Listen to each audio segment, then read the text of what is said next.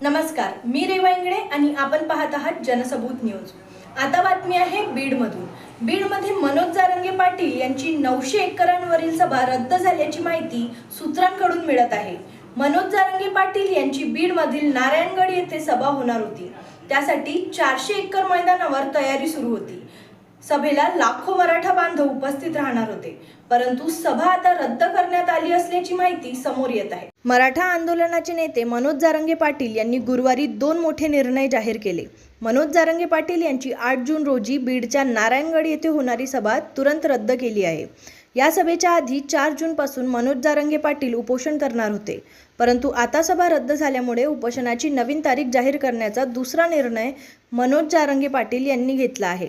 सभा पुढे ढकलल्यामुळे आता 4 जून पूर्वी उपोषण सुरू करणार असल्याची माहिती मनोज जारंगे पाटील यांनी दिली आहे। बीडच्या केज तालुक्यातील नांदूर घाट येथे झालेल्या दगडफेकीत मराठा बांधव जखमी झाले आहेत।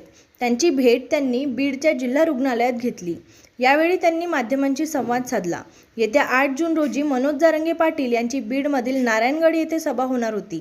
त्यासाठी 400 एकर मैदानावर तयारी सुरू होती। सभेला लाखो मराठा बांधव उपस्थित राहणार होते। राज्य सरकारला धडकी भरवणारी ही सभा असेल असा दावा आंदोलकांकडून करण्यात येत होता, मात्र पाण्याच्या दुर्भिक्षामुळे ही सभा रद्द करण्यात आली आहे।